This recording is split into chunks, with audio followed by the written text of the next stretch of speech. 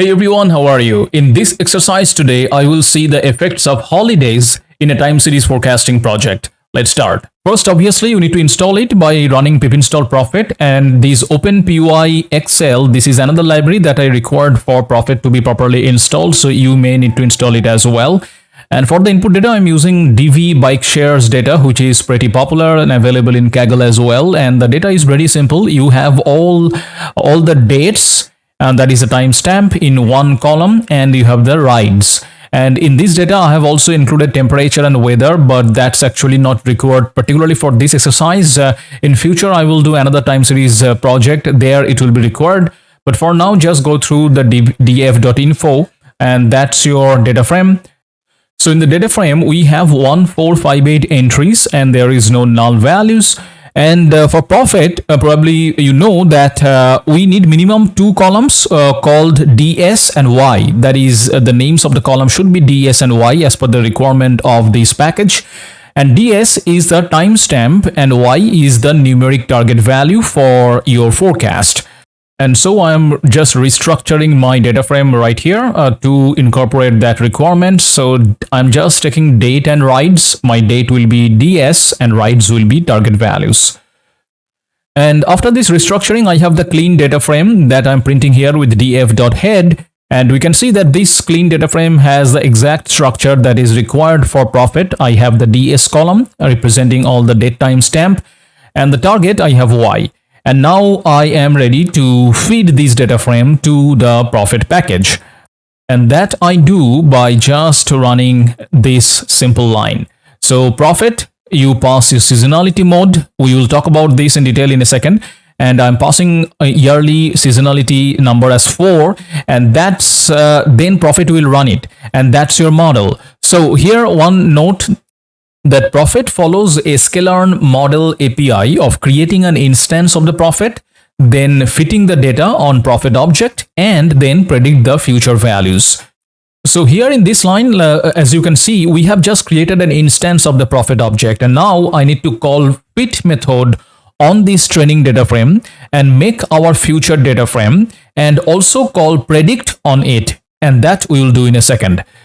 And now I'm going to add some default country with this line of code right here to add the country holiday list to the data frame, so that while running the prophet model, it can take care of the holidays automatically.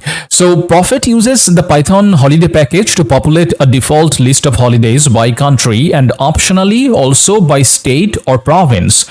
So to specify which region to build the holiday list for, prophet requires a name or ISO code of that country. So here I'm going to use USA, and I can just pass country name equal to US. And that's all you need by a single line. And then automatically all the US official holidays will be added into the model. And that's it. Then you just need to do model.fit and pass the training data frame right here.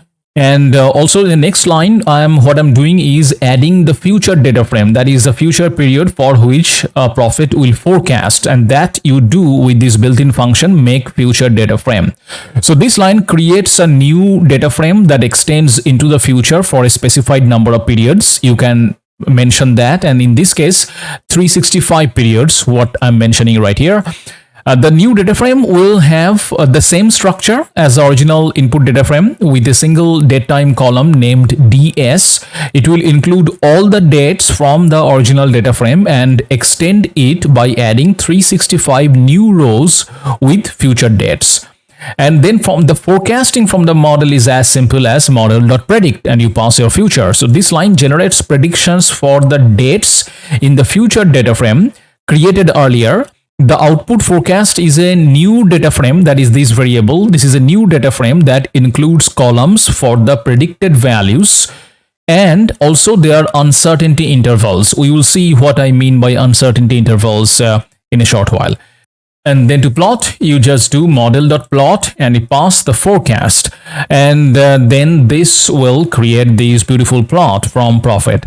So this creates a plot of the forecasted values along with their uncertainty intervals, overlaying the original time series data. Now let's talk about this particular seasonality mode multiplicative that we set when defining the model instance. So Prophet is particularly good at modeling time series that have multiple seasonalities and doesn't face some of the drawbacks of other algorithms.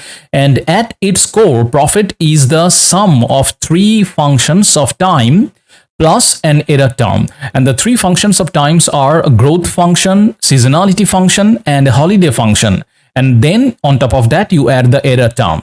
So the growth function has three main options, which is growth equal to linear, growth equal to logistic, and growth is flat. So when growth is linear, in that case, the underlying growth rate is constant over time. This is the default setting for Prophet. It uses a set of piecewise linear equations with differing slopes between change points.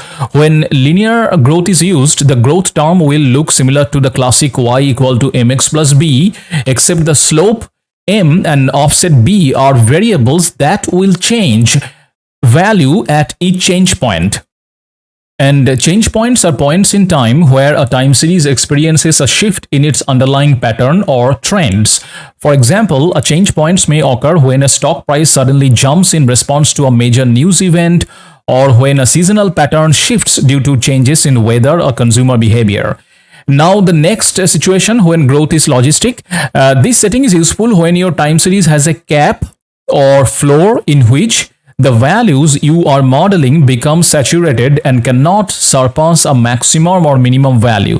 When logistic growth is used, the growth term will look similar to the typical equation for a logistic curve, except the carrying capacity will vary as a function of time, and the growth rate and the offset are variables that will change value at each change points. And the third situation is when the growth is flat. So in this case, you can choose a flat trend when there is no growth over time, but there still may be seasonality. And if the growth is set to flat, the growth function will be pretty much a constant value. Now let's talk about the configuration that is we have chosen. We have chosen seasonality is a multiplicative and yearly seasonality is a number 4. What that means? So seasonality multiplicative, this parameter determines how the seasonal component interacts with the trend component. There are two options, additive and multiplicative. In an additive model, the seasonal effect is added to the trend, whereas in a multiplicative model, the seasonal effect is multiplied by the base trend. A multiplicative seasonality is appropriate when the magnitude of the seasonal fluctuations increases as the trend component increases. This is common in many real-world scenarios such as sales data, where higher sales volume lead to a larger seasonal fluctuations, and also in this particular case of bike sharing usage. And we'll come to that in a second more on this. And then yearly seasonality is equal to 4. This parameter controls the granularity of the yearly seasonal component. So when you set yearly seasonality equal to 4, which is what we have done here, you are actually specifying that the yearly seasonal component should be modeled using 4 Fourier terms. This can be thought of as using 4 pairs of sine and cosine functions to approximate the yearly seasonal pattern. So by default, Prophet will automatically determine the appropriate number of Fourier terms to model the yearly seasonality. However, you can override this by providing an integer value. And the choice of the number of Fourier terms can significantly affect the flexibility of the seasonal component. If you choose a low number of Fourier terms, such as 4 in this example, the seasonal component will be smoother and less flexible. This is suitable when you believe that the dominant factors driving the yearly seasonal pattern are relatively few, and that a smoother representation will capture the main patterns more effectively. A low number of terms can also help prevent overfitting, as it restricts the complexity of the seasonal component. Let's take an example. Beyond our bike sharing example, of course. Suppose you are analyzing the sales of a company that sells winter clothing. The sales have a strong yearly seasonality, with sales peaking in winter and dropping in the summer.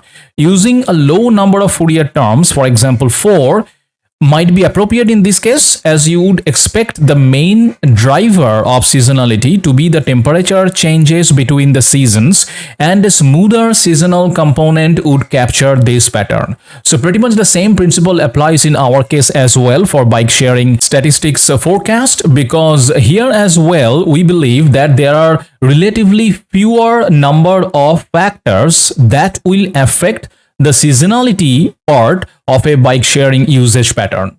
Now, in contrast, let's take an example where you may need a higher number of Fourier series. Consider a tourism-based business where the yearly seasonality is affected by multiple factors such as holidays, local events, and weather pattern. In this case, you might need a higher number of Fourier terms to accurately capture the complex interplay of these factors on the yearly seasonal pattern.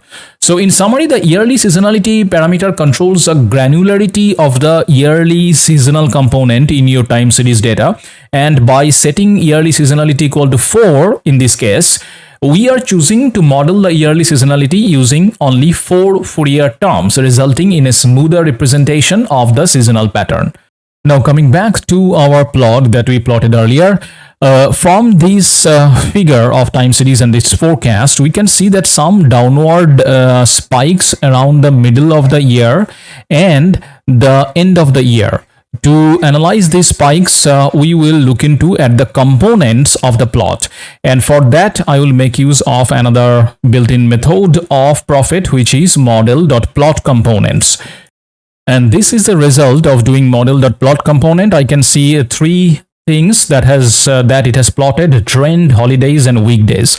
So this method is to visualize the individual components of the model's forecast, and the method generates a plot that displays the trend, seasonality, and holiday components separately, providing a more in-depth understanding of the underlying patterns and behaviors in your time series data. The method creates a series of subplots actually, each representing one of the individual components of the forecast, such as the trend, seasonal components, and holidays. And in the resulting plot, you can observe the following 3 things actually: trend, seasonality, and holidays. Under the trend, the subplot shows the overall trend of the time series data, which could be linear or logistic depending on the model's configuration. It helps you understand the general direction and behavior of the time series data over time, such as increasing, decreasing, or plateauing. And then seasonality. The seasonal components of the data are displayed in separate subplots for yearly, weekly, and or daily seasonality. These subplots show the recurring patterns in the data over different time periods. In the case of multiplicative seasonality, the y-axis of these plots represent the proportional change in the seasonal component, whereas if it was additive seasonality, the y-axis would represent the absolute change.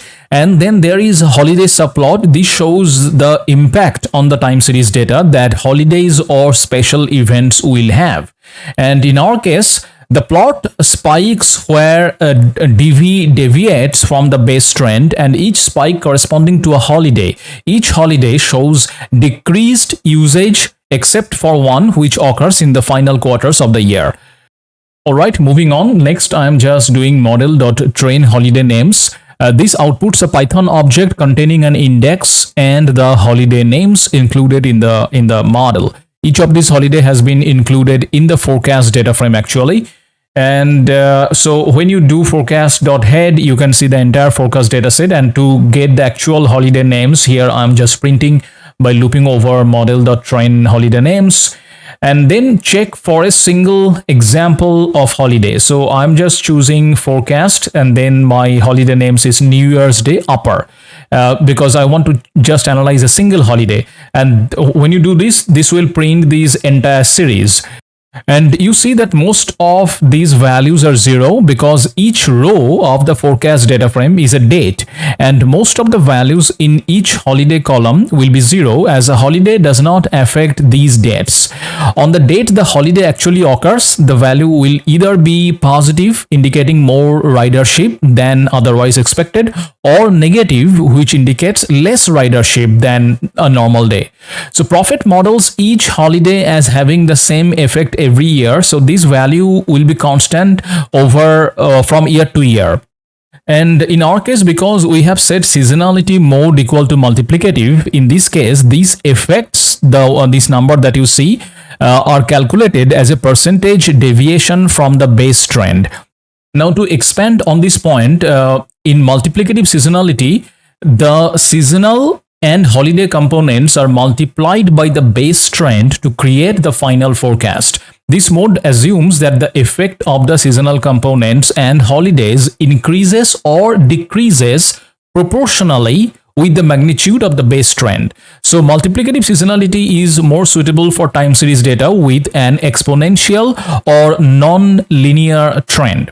And when the seasonality mode is set to multiplicative, the impact of holidays on the forecast will also be treated as a multiplicative factor. This means that the holiday effect will be proportionally stronger when the base trend is higher and weaker when the base trend is lower. Conversely, when the seasonality mode is set to additive, the holiday effect will be constant and independent of the base trend.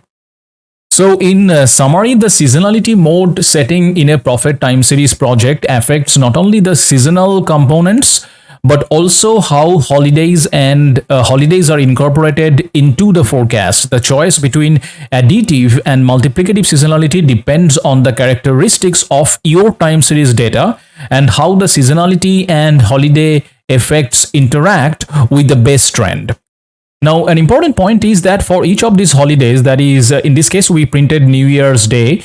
For each of these holidays, there are 3 new columns that will be added to the data frame. And those 3 columns are, the first one is for the predicted effect of the holiday, then a lower bound of the holiday and also an upper bound of the holiday. And these 2 extra columns is for capturing the uncertainty for those holidays. So for example, for New Year's Day, we have 1 column added, New Year's Day, then New Year's Day lower and New Year's Day upper. And now what I'm going to do is, using these new columns, we can see precisely what effect each holiday has on our forecast by printing the first non-zero values for each holiday in the forecast data frame. And to do this, let's create a quick function that I have done here called non-zero holiday effect. So it's just super simple, 2 small function. The first one, that is calculate first non-zero holiday effect. It is just including a condition that the forecast model holiday should not be equal to 0, and then taking that holiday. And so that will give you a long list. I'm just interested in the first of these non-zero holiday, and that's why I am getting the 0th index. And then in the next function, create holiday effect data frame, here I want to create a data frame, and for that I am going through a Python list comprehension to train holiday names and applying this calculate first non-zero holiday effect, this particular method, on each of those holiday.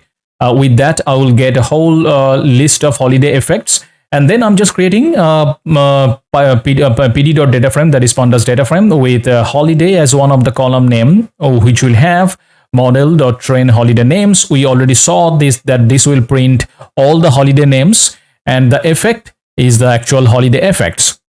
And when you print these data frame that we got after applying these 2 functions, this is the data frame that we have. We have a list of non-zero holidays and the corresponding effects. And as to the interpretation of this, we can see that Columbus Day creates a 5% boost to ridership for DV. All other holidays have negative effect, with Labor Day having the strongest 69% negative effect on the ridership. And next, I want to have further controls on my holiday in my data frame. So previously, I just passed the nation, that is the holidays of the official nation, as US. But now I want to add the default state and province to my holiday list as well, because US, for example, as a country, will have different holiday lists for different states. So for that, I want to use a particular method, not pandas, that's coming from Prophet. This make holiday df. This is an inbuilt method of Prophet. So this function of Prophet takes a list of years for which to populate the holidays as input, as well as arguments for the country and state or province.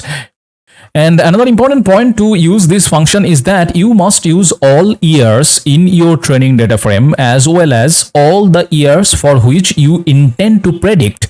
And that is why in the following code we build the years list to contain all unique years in the training data frame.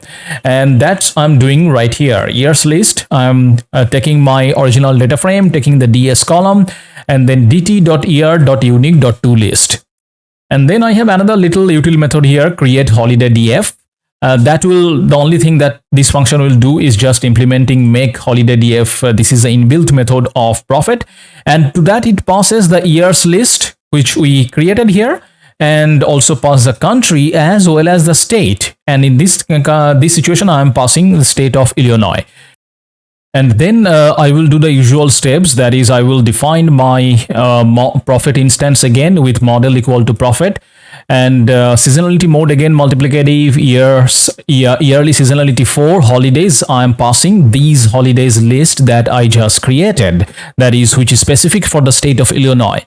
And then I do the same steps, model.fit, and then future is equal to model.make future data frame, again 365 days, and finally model.predict. And this is my forecast. Now if I print this model.train holiday names, I will see 4 additional holidays specific to the state of Illinois that are not official United States holidays. So here I can see Lincoln's birthday, Kashmir Pulaski Day, Election Day, etc., which is special to Illinois.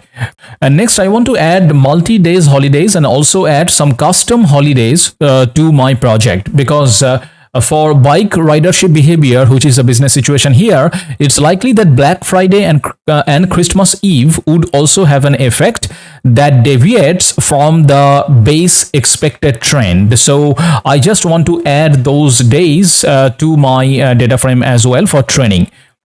But the important point while adding additional holidays is that for any custom holidays, it must include all the occurrences of that holiday in the past. That is, at least as far back as your training data goes and into the future that we intend to forecast.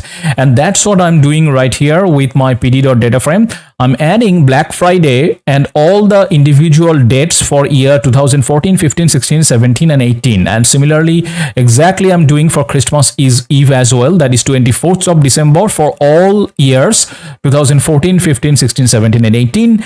And then just concatenate your original data frame with these extra holiday list. Meaning that we already had holidays, that is this data frame earlier selected for the entire data frame, which is a default for the state of Illinois and the nation is US. To that I'm concatenating Black Friday and Christmas that we have created here, and that's it. That's how you have added custom holidays to your project. And then the regular steps again, you create an instance of the Prophet model. And here again, I'm using the same seasonality mode multiplicative, yearly seasonality for holidays is my list of holidays, which is a concatenated data frame right here. And then model.make future data frame, because you need to define your future periods for which we are projecting or predicting. In this case, it's 365 days looking ahead. And finally, model.predict, that will give you the forecast. And now I want to print the forecasted holiday list and see whether we will have the new Black Friday and Christmas Eve that we have defined here. So let's look at the output of model.train holiday names, and there it is. We have Black Friday, Christmas Eve printed in my new model prediction. And the last thing I wanted to show here is how to add a multi-day holiday, because sometimes in some state or some nations, a particular holiday goes on for multiple days. You can take, for example, just the Christmas itself. Pretty much starting from the 25th up to 31st, in many places it's a holiday mode, and that will affect your particular business situation. For example, in bike ridership as well, the entire Christmas week, the year-end week will affect the overall ridership. So here is a way to add multiple days to your holiday. So what the only change you do is you define your multi-day holiday data frame as we defined our earlier custom data set, like custom data frame like Christmas Eve or Black Friday, and we created this simple way, that is pd.datetime, and you add all the individual individual dates for all the years, right? Now, to add multiple days, all you do is create another two configuration, lower window and upper window. So in this particular case, I want to give my holiday start date like this, and I want to mention that this holiday actually goes over 4 days continuously. So I set the upper window as 4. That means starting from this particular date for this particular year, it will continue for 4 days, and all those 4 days are actually holidays. And the same goes for the next year and the next year and so on. Alright, that's a wrap for this video. Stay tuned because I'm going to do few more time series projects over the coming weeks. Thank you very much for watching and see you in the next one.